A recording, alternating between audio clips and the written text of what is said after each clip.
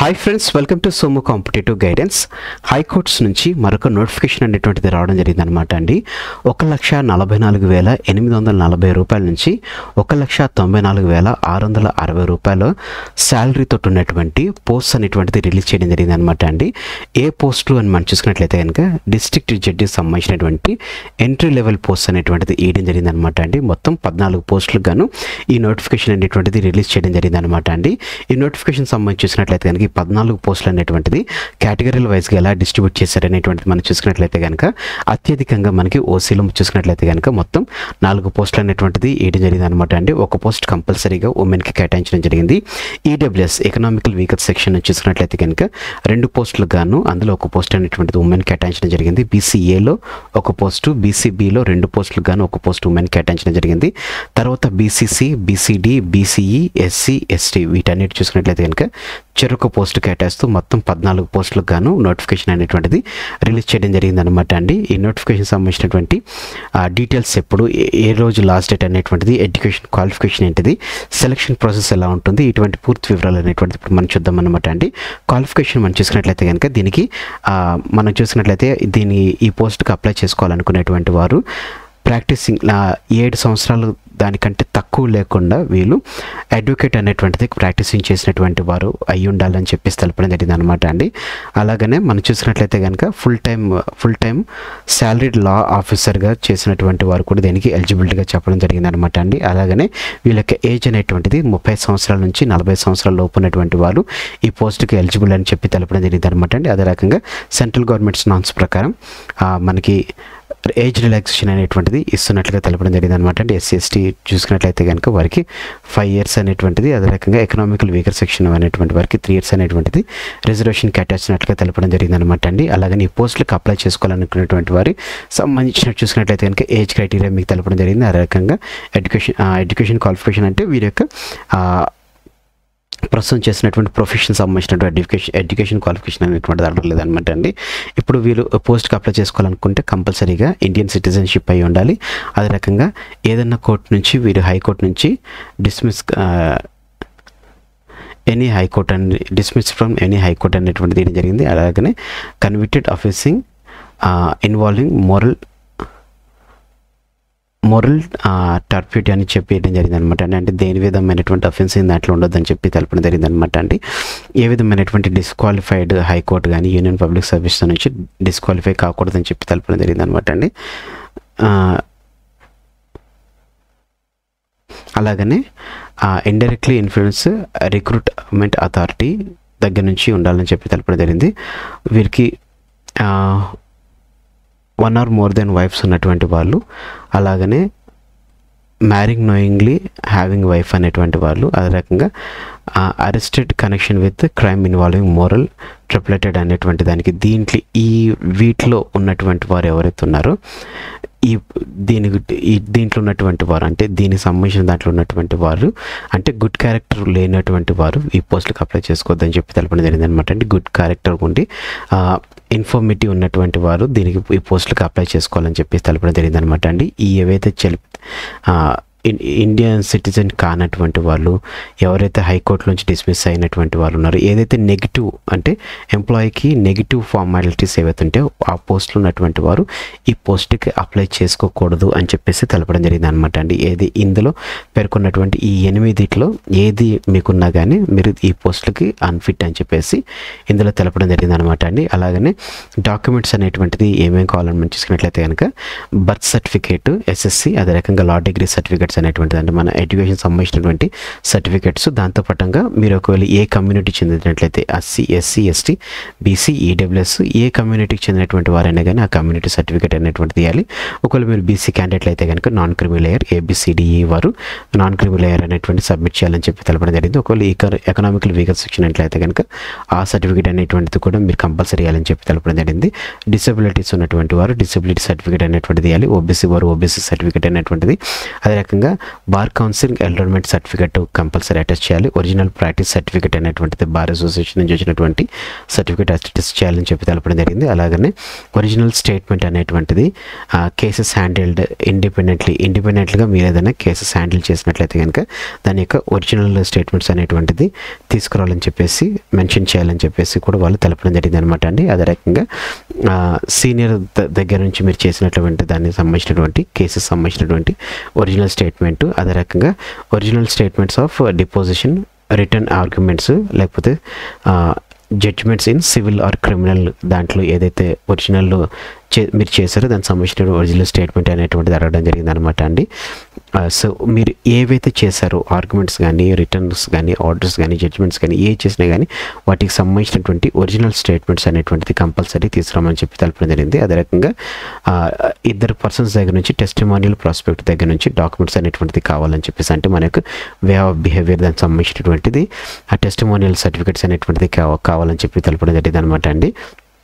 అలాగనే అన్ని original certificates అనేటువంటిది ఇవ్వాలని చెప్పి తెలపడం జరిగింది. అదే రకంగా క్యాండిడేట్ కంపల్సరీగా ఐటీ రిటర్న్స్ అనేటువంటి దానికి సంబంధించినట్టు కూడా ఇవ్వాలని చెప్పి తెలపడం జరిగింది అనమాట అండి. స్కీమ్ ఆఫ్ ఎగ్జామినేషన్ చూసుకున్నట్లయితే కనుక for the purpose of short listing candidate high court conduct screening test అనేటువంటిది హైకోర్ట్ కండక్ట్ చేస్తుంది అనమాట అండి. 100 క్వశ్చన్స్కి వచ్చేసి 100 మార్క్స్ అనేటువంటిది 2 hours అనేటువంటిది స్టిపులేటెడ్ టైం అనేటువంటిది ఇవ్వడం జరుగుతుంది అనమాట అండి. 40% స్కోర్ వచ్చినటువంటి వారిని 1:10 రేషియోలో షార్ట్ లిస్ట్ అనేటువంటి చేస్తున్నట్లుగా తెలపడం జరిగింది అనమాట అండి.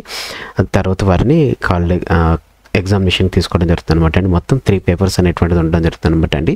ఈ 3 పేపర్స్లో చూసినట్లయితే కనుక పేపర్ 1 వచ్చేసి constitution and civil law, paper 2 వచ్చేసి క్రిమినల్ లా, పేపర్ 3 వచ్చేసి ఇంగ్లీష్ ట్రాన్స్లేషన్ అనమాట అండి. లైక్ మన యూపీఎస్సీ ఎగ్జామ్స్ లాగానే మనం చూసుకున్నట్లయితే కనుక ఇంగ్లీష్ దాంట్లో మనం క్వాలిఫై అయినట్లయితే కనుక, అంటే 100 మార్క్స్కి చూసుకున్నట్లయితే కనుక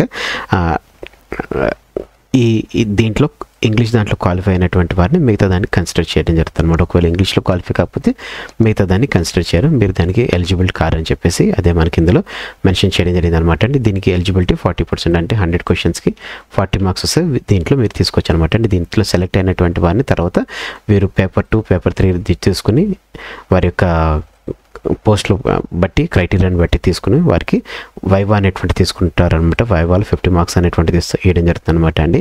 తర్వాత 1:3 మెరిట్ లిస్ట్ అనేటువంటి తీసుకోవడం జరుగుతుంది అనమాట. వారిలో ఫైనల్ సెలెక్షన్ చేసినటువంటి వారికి పోస్టింగ్ అనేటువంటిది ఇవ్వడం జరుగుతుంది అనమాట అండి. కాన్స్టిట్యూషన్ అండ్ సివిల్ లాకు సంబంధించినటువంటి ఇప్పుడు మనం పేపర్ 1 to 3కి సంబంధించినటువంటి సిలబస్ అనేటువంటి చూద్దాం అనమాట అండి.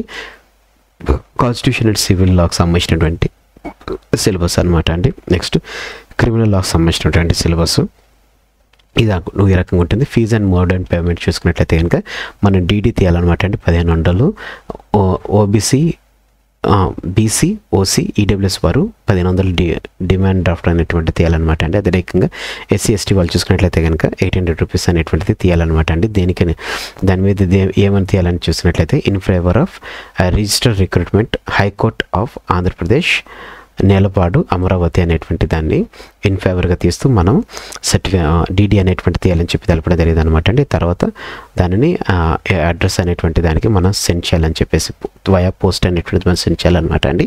ఈ పోస్ట్కి the chief secretary of government of Andhra Pradesh general administration SCF department secretariat building Velagapudi Amaravati Guntur district pin code 522238 అనేటువంటిది ఆంధ్రప్రదేశ్. ఇది దీనికి చేయాలన్నమాట అండి. 27th March లోపు మనం పేమెంట్ ఈ ప్రాసెస్ అనేటువంటిది చేయాలన్నమాట అండి. మన డీడీ తీసేసి మనం ఇటు పంపించాలన్నమాట అండి. దీనికి సంబంధించినటువంటి అప్లికేషన్ అనేటువంటిది ఎలా ఉంటుంది, ఈ లాస్ట్ డేట్ వచ్చేసి 27th March అనమాట అండి. అప్లికేషన్ వచ్చేసి నేను డైరెక్ట్ ప్రింట్ కూడా తీయడం జరిగింది అనమాట అండి. ఇందులోంచి మన ఆంధ్రప్రదేశ్ హైకోర్టు నుంచి చూసుకున్నట్లయితే కనుక రిక్రూట్మెంట్ ప్రాసెస్లోకి మనం వెళ్ళిన తర్వాత రిక్రూట్మెంట్లోకి వెళ్తే మనకి డైరెక్ట్ చేసినా కానీ మీకు సేమ్ ఫామ్ వస్తుంది అనమాట. నేను ఇట్లా బ్లర్స్ ఉన్నాయని చెప్పేసి తీసుకోవడం జరిగింది, అయినా కానీ సేమ్ ఫామ్ వచ్చింది కాబట్టి నేను మీకు దాన్ని చూపిస్తున్నాను అనమాట. ఇది అప్లికేషన్ అనమాట అండి. అప్లికేషన్ ప్రాసెస్లో చూసుకున్నట్లయితే కనుక ఇదేమో ఆఫీస్ యూజ్ చేయడం జరుగుతుంది అనమాట అండి. ఇక్కడ మీ ఫోటో అనేటువంటిది వేయాలన్నమాట అండి. సిగ్నేచర్, డెసిగ్నేషన్ ఆఫ్ ద ఇక్కడ మీదికేం అవసరం లేదు, పాస్పోర్ట్ సిగ్నేచర్ అనేటువంటిది మీరు ఇక్కడ అంటియాలన్నమాట. ఇక్కడ మీ పేరు, సర్నేమ్, మీ నేమ్, సర్నేమ్ అనేటువంటిది ఎస్ఎస్సీలో ఎట్లా ఉంటుంది అట్లా రాసుకోండి. తర్వాత మీ ఫాదర్ నేమ్ ఉంటే ఫాదర్ నేమ్, ఒకవేళ మ్యారీడ్ అయితే కనుక హస్బెండ్ నేమ్, మ్యారీడ్ అయితే మ్యారీడ్, అన్మ్యారీడ్ అయితే అన్మ్యారీడ్, నేషనాలిటీ, అదే రకంగా అడ్రస్ అనేటువంటిది కమ్యూనికేషన్ పర్పస్, అదే రకంగా నేటివ్ డిస్ట్రిక్ట్ అనేటువంటిది, telephone, mobile number, email ID, permanent address అనేటువంటిది. ఒకవేళ ఈ అడ్రస్ పర్మనెంట్ అడ్రస్ రెండు సేమ్ ఉంటే కనుక రెండింటిలో ఒకటి రాయండి. మీ జెండర్ అనేటువంటిది మీరు మెన్షన్ చేయండి, మీ క్లాస్ అనేటువంటిది మీరు మెన్షన్ చేయండి, అంటే కమ్యూనిటీ సంబంధించినటువంటిది. ఒకవేళ మీరు other than SC, other than BC అయితే కనుక మీరు ఈ కమ్యూనిటీ బిలాంగ్స్ టు క్రిమిలేయర్ అనేటువంటిది మీరు చెల్లించాల్సిన అవసరం లేదు. ఒకవేళ బీసీ అయితే కనుక ఈ ఫామ్ అనేటువంటిది మీరు ఫిల్అప్ చేయాలన్నమాట అండి. అదే రకంగా హ్యాండిక్యాప్డ్ అయితే కనుక ఇక్కడ మీరు చేయాలి. డేట్ ఆఫ్ బర్త్ అనేటువంటిది ఇన్ ఫిగర్స్, ఇన్ వర్డ్స్లో మనం వేయాలన్నమాట అండి. ఏజ్ 2025 ప్రకారం ఎన్ని ఇయర్స్, ఎన్ని మంత్స్, ఎన్ని డేట్స్ అనేటువంటిది వేయాలన్నమాట అండి. ఎడ్యుకేషన్ క్వాలిఫికేషన్ అనేటువంటిది, name of the examination, degree దగ్గర నుంచి మనం రాసుకుంటూ రావాలన్నమాట అండి. మనం ఒకవేళ డిస్టెన్స్లో రాసామా, ప్రైవేట్గా రాసామా, డైరెక్ట్గా రెగ్యులర్గా రాసామా అనేటువంటిది కూడా మెన్షన్ చేస్తూ ఇందులో మనం చేయాలని చెప్పేసి తెలపడం జరిగింది అనమాట అండి. తర్వాత మీరు చేసినటువంటి ప్రొఫెషనల్ కోర్స్ సంబంధించినటువంటి అన్నింటినీ ఇందులో మెన్షన్ చేసి, ఏదైతే అక్కడ మీకు కావాల్సిన డాక్యుమెంట్స్ ఏవైతే అని చెప్పానో వాటన్నిటిని ఇక్కడ మీకు మెన్షనింగ్ చేస్తూ ఇవన్నీ మనం మొత్తం చూసుకున్నట్లయితే కనుక 28 పాయింట్స్ ఉన్నాయన్నమాట. వీటన్నిటిని మనం ఫిల్అప్ చేసేసి దీని ఇవ్వాలన్నమాట. లాస్ట్లో 28 దాంట్లో చూసినట్టయితే కనుక డీడీ అనేటువంటిది రాయాలి, ఏ బ్రాంచ్ నుంచి ఎంత అమౌంట్ చేసాం అనేటువంటిది, అదే రకంగా మీ పాన్, ఐటీ రిటర్న్స్ సంబంధించిన డీటెయిల్స్ అనేటువంటిది ఇవ్వాలన్నమాట అండి. సో ఈ రకంగా మనకి ఒరిజినల్ అటెస్టెడ్ కాపీస్ ఏమేమి పెట్టాలని చూసుకున్నట్లయితే కనుక ఎస్ఎస్సీకి సంబంధించినటువంటిది BLLB సంబంధించిన సర్టిఫికేట్, అదే రకంగా community certificate, non creamy layer certificate BC వాళ్ళైతే కనుక ఎకనామికల్ వీకర్ సెక్షన్ కలిగినట్లయితే కనుక అది పెట్టాలి. అదే రకంగా డిసబిలిటీ ఉన్నటువంటి వారు అది పెట్టాలి. Bar council enrollment certificate, original practice certificate bar association నుంచి, ఒరిజినల్ కేస్ హ్యాండ్లింగ్ దానికి సంబంధించినటువంటిది, కేస్ హ్యాండ్లింగ్ సీనియర్ దగ్గర తీసుకున్నటువంటిది, సేమ్ ఏదైతే పైన మెన్షన్ చేసామో అది. అదే రకంగా ఒరిజినల్ స్టేట్మెంట్, డిపాజిషన్ రిటర్న్ సంబంధించినటువంటిది, ఇది కూడా డిపాజిట్ రిటర్న్ సంబంధించినటువంటి బార్ కౌన్సిల్ నుంచి, అన్ని బార్ కౌన్సిల్ నుంచి ఉండాలన్నమాట అండి. అదే రకంగా ఇద్దరు పర్సన్ల నుంచి టెస్టిమోనియల్ అనేటువంటిది వేయాలి, ఐటీ రిటర్న్స్ అనేటువంటిది వేయాలి, list of documents, other documents ఏమైనా పెడితే కనుక వాటికి సంబంధించిన డీటెయిల్స్ ఇచ్చి వేయాలన్నమాట. డిమాండ్ డ్రాఫ్ట్ సంబంధించినటువంటిది ఇవన్నీ మీరు కాపీ చేసి ఇక్కడ మీరు సిగ్నేచర్ చేసేసినట్లయితే కనుక అప్లికేషన్ అనేటువంటిది అయిపోతుంది అనమాట అండి. అలాగనే మీకు హాల్ టికెట్ అనేటువంటిది కూడా వేయడం జరుగుతుంది అనమాట అండి. ఇది ఎంతో మనం కాపీ చేసి వాళ్ళకి కాపీ చేస్తే హాల్ టికెట్ నెంబర్ వారు ఇస్తారు, డేట్, టైం, అడ్రస్ అనేటువంటిది వారు ఫిల్అప్ చేసి వేయడం జరుగుతుంది అనమాట అండి. మన ఫోటో అనేటువంటిది ఎక్కడైతే ఫోటోగ్రాఫ్ ఉంటుందో అక్కడ ఫోటోగ్రాఫ్స్ అని చేసినట్లయితే కనుక మీరు రిక్రూట్మెంట్ మీరు అప్లై చేసిన వారు అవుతారు. ఆ తర్వాత మీకు హాల్ టికెట్స్ అనేటువంటిది వస్తుంది. ఎగ్జామినేషన్ సెంటర్ కూడా అందులో విత్ ఇన్ ద రాయడం జరుగుతుంది కాబట్టి. సో 1,44,000 జీతం కలిగినటువంటి ఎంట్రీ లెవెల్ డిస్ట్రిక్ట్ జడ్జి సంబంధించినటువంటి పోస్టులకు మీరు ఒకవేళ ఎలిజిబిలిటీ అయితే కనుక వెంటనే అప్లై చేసుకోండి. లాస్ట్ డేట్ వచ్చేసి 27th March, ఈ మంత్ 27th March తోటి ఇది పోస్టింగ్ అనేటువంటిది ఆన్లైన్ అప్లికేషన్, అంటే అప్లికేషన్ కూడా వయా పోస్ట్ జరుగుతుంది కాబట్టి మీరు ఇంకా వెంటనే డీడీ తీసేసుకుని మీరు పంపించేసుకున్నట్లయితే మీకు ఈజీ అవుతుంది అనమాట అండి. సో ఫ్రెండ్స్, ఇదండి ఈరోజు సంబంధించినటువంటి ఆంధ్రప్రదేశ్ సంబంధించినటువంటి డిస్ట్రిక్ట్ జడ్జి సంబంధించినటువంటి నోటిఫికేషన్తో కూడినటువంటి video. Thanks for watching the video. మరిన్ని వీడియోస్ గురించి మన సోమ కాంపిటేటివ్ గైడెన్స్ అనేటువంటి ఛానల్ సబ్స్క్రైబ్ చేసుకోవడం మర్చిపోకండి. Thanks for watching the video. Have a nice day. All the best for exams. Bye.